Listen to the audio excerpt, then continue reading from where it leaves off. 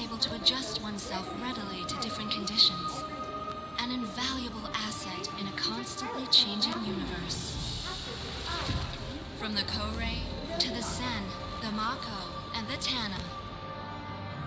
Each model in Misc's Reliant family features advanced Shian designs. And the Reliant can acclimate to a multitude of purposes and situations. Contention, communications, discovery, and beyond. The universe we live in is always changing.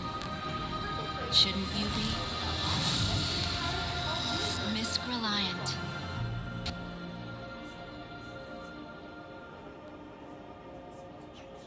It's nice to know there's one series of ships you can rely on. Like if the job calls for a little more cargo room, you can rest easy with double the maximum rear pay. Maybe you need to go that extra mile. 4 dedicated fuel tanks will get you there. And then some. And when you're expecting trouble on the horizon, well, even the most brazen outlaw's gonna think twice staring down 2 tailor-made missile launchers. Whatever life throws at you, we've got you covered. Misc Freelancer, jump for life. Okay, if you haven't noticed, today is Misc Day, Day 9 at the Expo. Intergalactic Aerospace Expo. Ooh, the wonderful clicky board. What will it tell us today? It's common knowledge that Misc built some of the hardest working ships around. But to get that tough, a lot of thought and careful consideration had to go into even the smallest of details. To find the best panel adhesive, Misc ran over 1 million thermocycle shock tests at their R&D center. The winner alone was able to survive tens of thousands of cycles without failing. Talk about being built to last. Okay, the Misc lineup is all here. They fixed the reader boards so they're not all fuzzy. So, Prospector, Starfarer, Gemini, Razors. So the Starfarer there is one of the older ships in the game. Used to be the Doom Turtle. Misc's latest addition to their already impressive line of ships perfectly encapsulates the spirit of this year's IAE. Push the boundaries of the known universe with their new multi-crew wayfarer ship, the Odyssey. Get a sneak peek in the Holoviewer room, only at the IAE. Man, I like those boards. Represented in almost every industry, Misc continues to create reliable, durable, and versatile ships at a variety of price points. One of their toughest tests is known affectionately as the meat grinder. Though the specifics of the test are a proprietary secret, insiders claim that the test aims to inundate the prototype ship with nearly 3 dozen adverse conditions, sometimes attacking with 3 to 4 at the same time in an effort to prove that their ship can survive the harshest of the harsh conditions. Alright. Here's the Misc Prospector. I like this little ship because you can use it by yourself. So you don't have to have a co-pilot or crew. It's got a nice little area in it for, you know, staying in, bed and all that. But you can change these heads to do more. So it has more power, more pickup materials, and sift through materials. So that's cool. This is the Misc Razor frame. And it's, oh, that's the Stealth. So these are fast moving little ships. You know, the LX is luxury. They're great for zipping back and forth and doing fast missions. The problem is they're short range, but over that short range, they're really fast, really maneuverable, great little ship. This monster here is the militarized version of the Starfarer. So it's got more guns, more armor. So heavy refueling. And it's originally set up to be a fuel capturing and processing ship.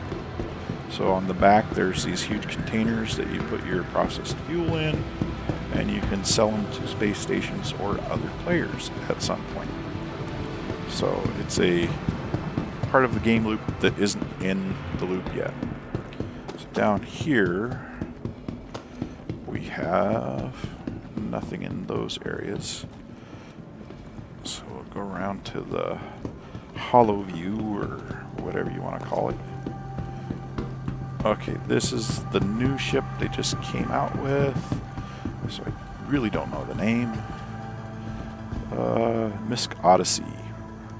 Focus explorations. Survey distant frontiers and explore the farthest reaches of space with the Misc Odyssey, the most advanced and complete exploration ship available to civilians, designed to be supremely self-sufficient. The Odyssey comes with an onboard refinery with a built-in mining tech, expansive capacity for supplies, and hangar capable of housing a small ship, along with comprehensive, comfortable accommodations for a crew of 7. So it's going to be a fairly large ship if it's going to do refining and stuff. So, interesting ship. Not yet usable. This ship here is their science ship, I believe. Yeah, the Endeavor. So its focus is science. Musashi Industrial Starflight Concern is proud to present the Endeavor class research vessel, a fully modular space platform designed to be adapted for a variety of scientific and medical tasks. Initially developed as a floating laboratory, Misc Endeavor can be outfitted for everything from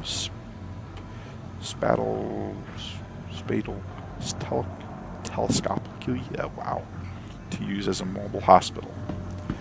Yeah, I heard more about the mobile hospital than the space stuff, but this back part is supposed to be able to be disconnected from the front, so the front can go out and do missions while this is out doing sciencey stuff, and come back with and rehook together. So that'll be cool. And this is the, what is this? Oh, this is the Hull A. So the Misc Hull, the smallest, most affordable hull. The Hull A is great for those just striking out into the galaxy on their own. The Hull A is most similar to the Aurora and Mustang, but lacks the jack-of-all-trades nature, where others trade cargo capacity for firepower or speed. The Hull is 100% on-mission transport. So this little guy here has a couple guns on it, but mostly just set up to haul those big cargo containers. And it actually folds down if you're not having containers on it to make a more sleek ship. But as you add containers, it can expand out. Then the next iteration of that very same idea is this beast. Every one is a storage container. I believe this is the Hull B? Hull C. So as you continue to go up in the series, you can add more and more of these containers. And the whole idea behind the ship is when you're not hauling cargo, you just fold up those things and you can close the two ends of the ship together. And that way you're not, having a bunch of stuff out there that you don't need to. And it makes it more able to, dock, whatever. But it's going to be able to carry just massive amounts of cargo. Because every one of those containers is 32 SCU of cargo. So when it comes out, it's going to be one of the largest hauler at this point. Alright, so our next area is back over here. And there's those containers I was talking about holding the fuel.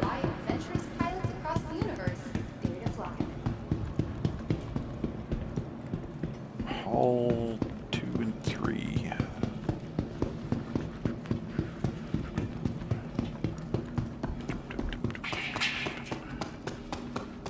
Almost there, almost there. And what are we gonna get in this store? Oh, this is the Reliant series. I'm not super hot on the Reliant series. I like them, but I like them mostly for the maneuverability. I do not like them for this huge long wing that you have to deal with when you're landing, when you're trying to get through spaces and areas where a huge long wing is sometimes not as convenient as a smaller condensed hull space. And also the fact that the gun's way out there and the gun's way out there. And yes, they are gimbaled, but it makes hard for it to target things, and the ship actually rotates that wing vertically up and down rather than horizontally across that line when it's in flight, because that's in its landing setup or landing position. And yeah,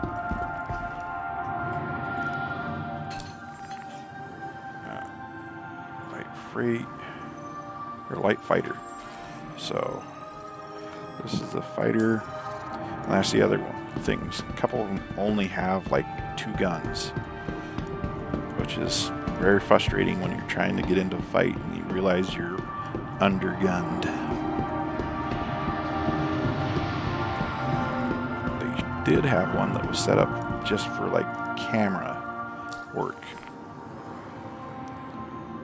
Yeah, this is the reporting one, so your reporter would drive this because it has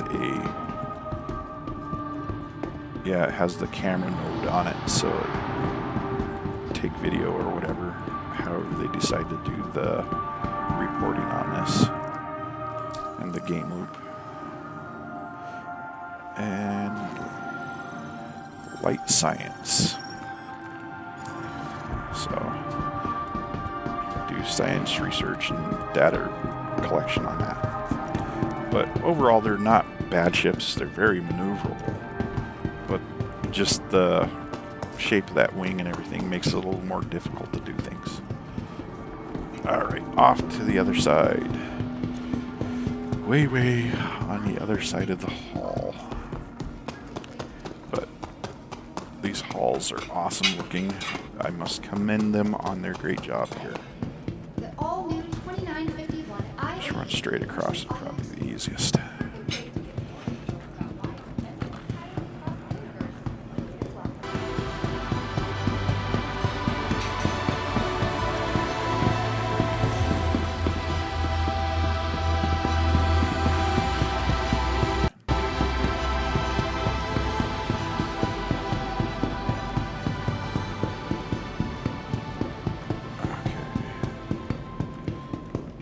Here's the next hall. Whether it's stepping into an Okay.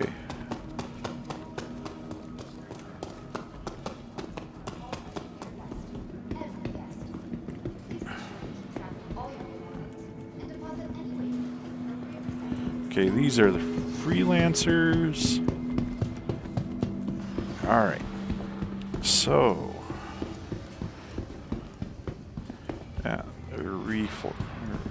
Freelancer Max. This is that the DUR? No, the Misc. So this is the gunship. It's got extra missiles. Just a very small quantity due to some early payload incidents. Yeah, so it's going to have extra missiles as well as the large gun turrets, which is cool. I think they upped the armor on it just a little bit, so it's a fairly decent fighter, but they're kind of slow and sluggish.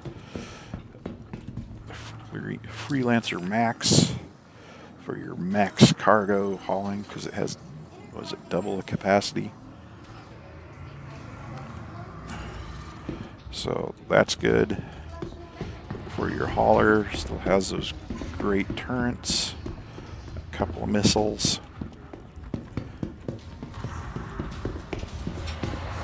And here is what, the DUR? Yep, the DUR. For going the distance, he's got extra fuel tanks on the sides. Those aren't missile pods back there, those are fuel tanks, so it's got extra range. This is the base Freelancer. Not a bad cargo freighter, but it's kind of wallowy, and in a fight you kind of have to decide whether you're going to fight or run real quick, because it's easy to get behind or below, and then you kind of have it because it's that slow. Alright, well, that is everything for today, so thank you for listening, and I will talk to you later.